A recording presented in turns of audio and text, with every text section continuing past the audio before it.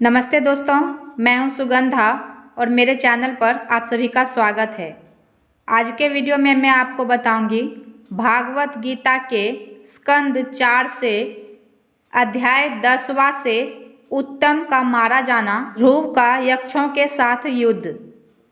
श्री मैत्री जी कहते हैं, विदुर से, ध्रुव ने प्रजापति शिशुमार की पुत्री भ्रमी के साथ विवाह किया। उससे उनके कल्प और वत्सर नाम के 2 पुत्र हुए। महाबली ध्रुव की दूसरी स्त्री वायुपुत्री ईला थी। उससे उनके उत्कल नाम के एक पुत्र और एक कन्या रत्न का जन्म हुआ।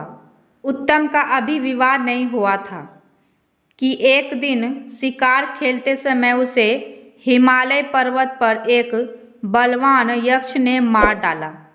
उसके साथ उसकी माता भी परलोक सिधार गई।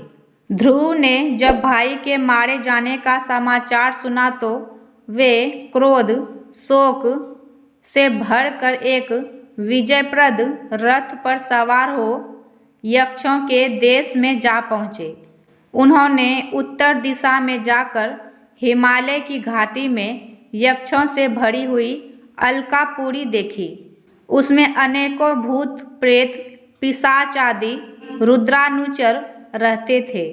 वहां पहुंचकर महाभाव ध्रुव ने अपना शंख बजाया तथा संपूर्ण आकाश और दिशाओं को गुंजा दिया। उस शंख ध्वनि से यक्ष पत्नियां बहुत ही डर गई। उनकी आंखें भय से कातर हो उठी। फिर श्री मैत्री जी बोले, वीरवर विदुर जी, महाबलवान यक्ष वीरों को वह शंखनाद सहन न हुआ, इसीलिए वह तरह तरह के अस्त्र शस्त्र लेकर नगर के बाहर निकल आए और ध्रुव पर टूट पड़े। महारथी ध्रुव प्रचंड धनुर्धर थे। उन्होंने एक ही साथ उनमें से प्रत्येक को 3-3 बाण मारे। उन सभी ने जब अपने अपने मस्तकों में 3-3 बाण लगे देखे, तब उन्हें यह विश्वास हो गया कि हमारी हार अवश्य होगी। वे ध्रुव जी के इस अद्भुत पराक्रम की प्रशंसा करने लगे। फिर जैसे सर्प किसी के पैरों का आघात नहीं सहते, उसी प्रकार ध्रुव के इस पराक्रम को ना सह कर उन्होंने भी उनके बाणों के जवाब में एक ही साथ उनसे 2 गुने 6-6 बाण छोड़े। यक्षों की संख्या 13 अयुत थी। उन्होंने ध्रुव जी का बदला लेने के लिए अत्यंत कुपित होकर रथ और सारथी के सहित उन पर परिधि, खड्ग, पास, त्रिशूल, फरसा, शक्ति, रिष्टि, भूषंडी तथा चित्र विचित्र बाणों से वर्षा की। इस भीषण अस्त्र वर्षा से ध्रुव जी बिल्कुल ढक गए। तब लोगों को उनका दिखना वैसे ही बंद हो गया जैसे भारी वर्षा से पर्वत का। उस समय जो सिद्धगण आकाश में स्थित होकर यह दृश्य देख रहे थे, वे सब हाय हाय करके कहने लगे, आज यक्ष सेना रूप में समुद्र में डूबकर यह मानव सूर्य अस्त हो गया। कुछ लोग अपनी विजय की घोषणा करते हुए युद्ध क्षेत्र में सिंह की तरह गरजने लगे। इसी बीच में ध्रुव जी का रथ एकाएक वैसे ही प्रकट हो गया जैसे कोहरे में से सूर्य भगवान निकल आते हैं।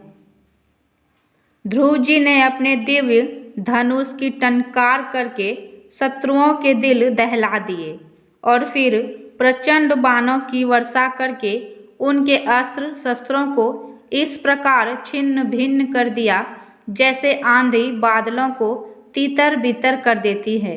महाराज ध्रुव के बाणों से कटे हुए यक्षों के सुंदर कुंडल मंडित मस्तकों से सुनहरी ताल वृक्ष के समान जांघों से वलय विभूषित बाहुओं से हार, भुजबंद मुकुट और बहुमूल्य पगडंडियों से पटी हुई वह वीरों के मन को लुभाने वाली समर भूमि बड़ी शोभा पा रही थी।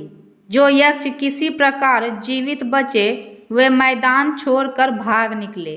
नरश्रेष्ठ ध्रुव जी ने देखा कि उस विस्तृत रणभूमि अब एक भी शत्रु अस्त्र शस्त्र लिए उनके सामने नहीं है, तो उनकी इच्छा अलकापुरी देखने की हुई, किंतु वे पुरी के भीतर नहीं गए। ये मायावी क्या करना चाहते हैं, इस बात का मनुष्यों को पता नहीं लग सकता। सारथी से इस प्रकार कहकर वे उस विचित्र रथ में बैठे रहे तथा शत्रु के नवीन आक्रमण की आशंका से सावधान हो गए। इतने में ही उन्हें समुद्र की गर्जना के समान आंधी का भीषण शब्द सुनाई दिया तथा दिशाओं उठती हुई धूल भी दिखाई दी। एक क्षण में ही सारा आकाश मेघमाला से घिर गया। सब ओर भयंकर गड़गड़ाहट के साथ बिजली चमकने लगी। उन बादलों से खून एवं चर्बी की वर्षा होने लगी और ध्रुव जी के आगे आकाश में बहुत से धर गिरने लगे। फिर आकाश में एक पर्वत दिखाई दिया और सभी दिशाओं में पत्थरों की वर्षा के साथ गदा, परिध, तलवार और मूसल गिरने लगे। उन्होंने देखा कि बहुत से सर्प वज्र की तरह फुफकार मारते शेषपूर्ण नेत्रों से आग की चिंगारियां उगलते आ रही है। प्रलय काल के समान भयंकर समुद्र अपनी उताल तरंगों से पृथ्वी को सब ओर से डुबोता हुआ बड़ी भीषण गर्जना के साथ उनकी ओर बढ़ रहा है।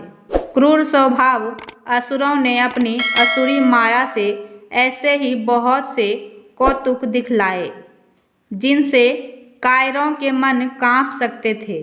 ध्रुव जी पर असुरों ने अपनी दुस्तर माया फैलाई है, यह सुनकर वहां कुछ मुनियों ने आकर उनके लिए मंगल कामना की। मैं हूं सुगंधा और मेरे चैनल का नाम है सुगंधा ज्ञान सुगंध। मेरा वीडियो अगर आपको अच्छा लगे तो लाइक करें, कमेंट करें और भगवत गीता के अगले अध्याय के लिए मेरे चैनल को सब्सक्राइब करना ना भूलें। धन्यवाद।